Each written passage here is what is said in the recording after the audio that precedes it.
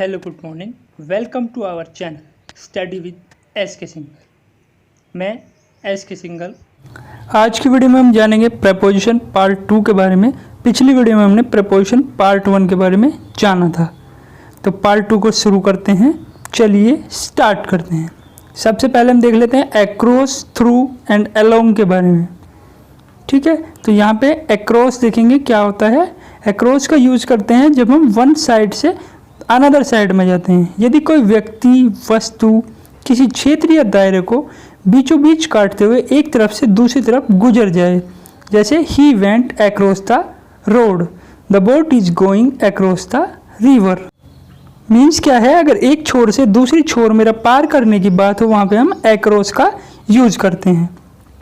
आगे देख लेते हैं, थ्रू के बारे में जानेंगे। थ्रू हम कहाँ यूज करते हैं, तो थ्रू का मेरा यूज होता है जहाँ पे मेरी क्लोज सराउंडिंग हो और 3 डायमेंशनल वे हो।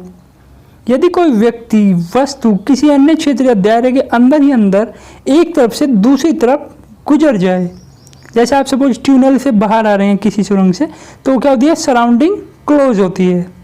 तो एग्जाम्पल देखिए, our train passed through a tunnel, हमारी रेलगाड़ी एक सुरंग से गुजरी। Petroleum comes from Iran through pipelines, petrol आता है पाइपलाइन के जरिए ईरान से। तो क्या है, इसमें क्लोज सराउंडिंग है। तो यहाँ पे अंतर मुझे देखना है। अक्रॉस का यूज़ करेंगे हम पार की सेंस में, एक छोर से दूसरे छोर पर जाने के लिए, जबकि थ्रू का यूज़ करेंगे हम क्लोज सराउंडिंग में। इसी तरह से अलोंग होता है वन एंड टू अनदर। जब कोई वस्तु किसी क्षेत्र या दायरे के किनारे किनारे कतार में अवस्थित हो, तो वहाँ पर हम अलोंग का यूज़ करते हैं। एग्जाम्पल देख लेते हैं किस तरह से हम अलोंग को यूज़ करेंगे।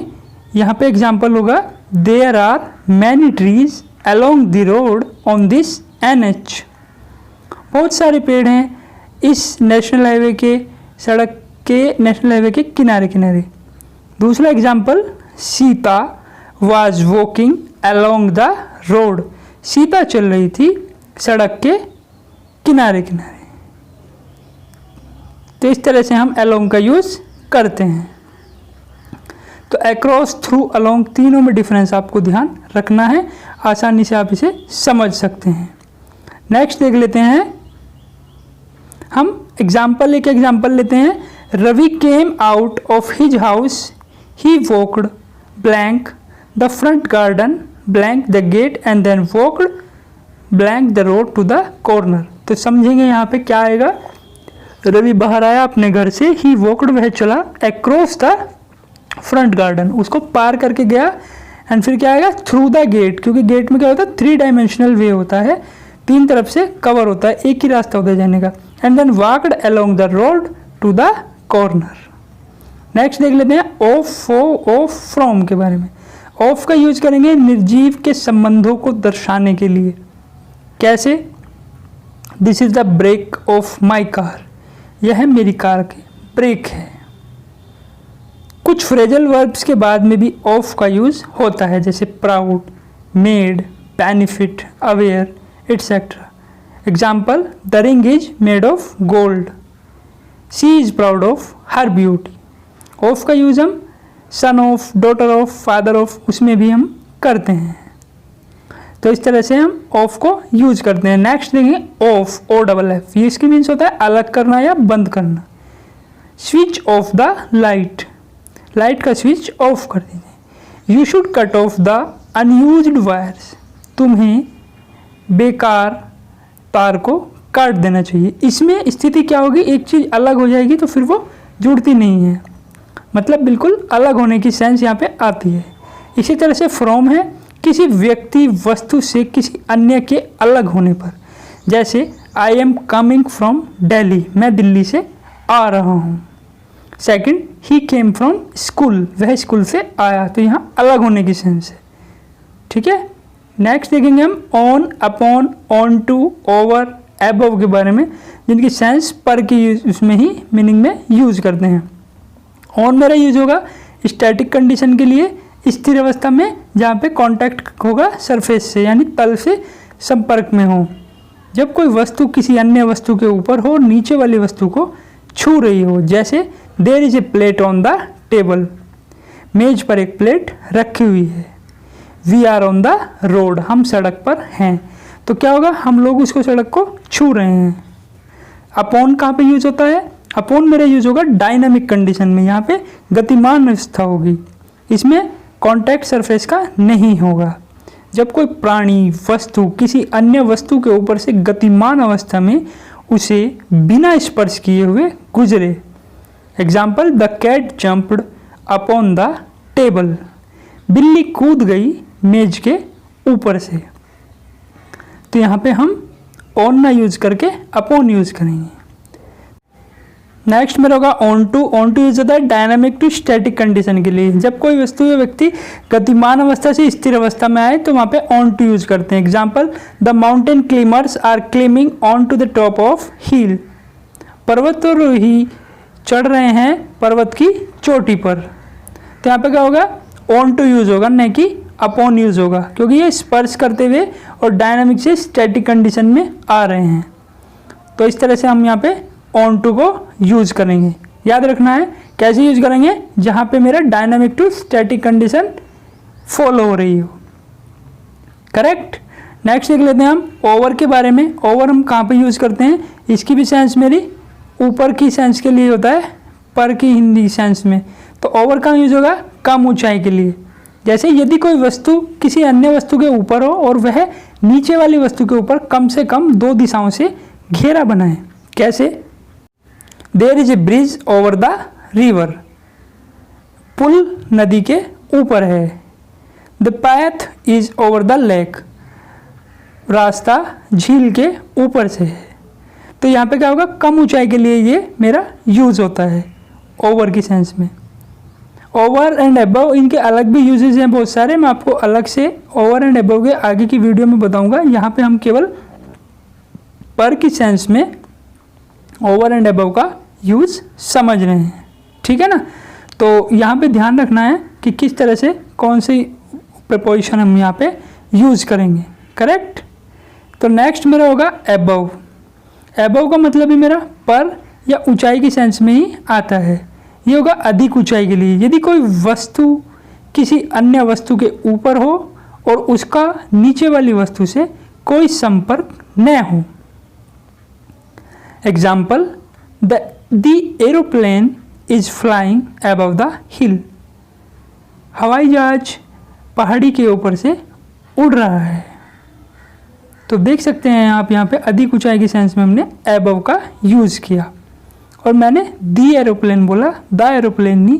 ये क्यों डिफरेंस किया, ये भी आपको ध्यान रखना है, किस तरह से हम द और दी में अंतर समझते हैं, कहाँ पे द बोलते हैं, कहाँ पे दी बोलते हैं। पिछली वीडियो में मैंने डिस्कस किया है इस बारे में, आप देख सकते हैं। नेक्स्ट देख लेते हैं। नेक्स्ट है मेरा टू और टुवर्ड्स।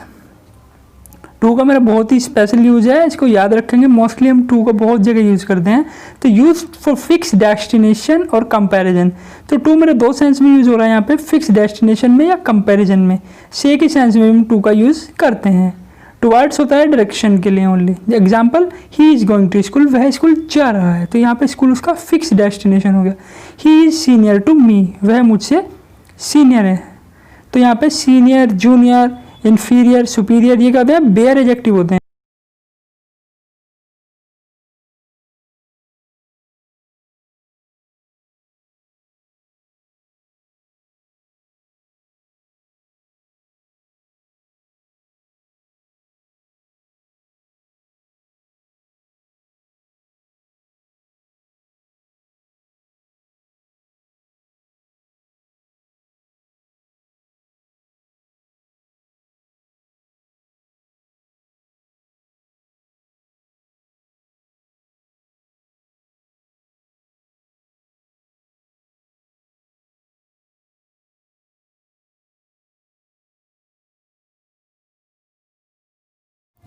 नेक्स्ट मेरा टिल, अनटिल, अप टू। ये यूज होता है तक के लिए। जैसे टिल यूज होगा समय की सेंस में, तक के लिए in present and past tense for showing a point of time. Example, he did not come till morning, वह सुबह तक नहीं आया। तो ये पास्ट टेंस हो गया। Second, I read till 9 PM, मैं 9 बजे तक पढ़ता हूँ।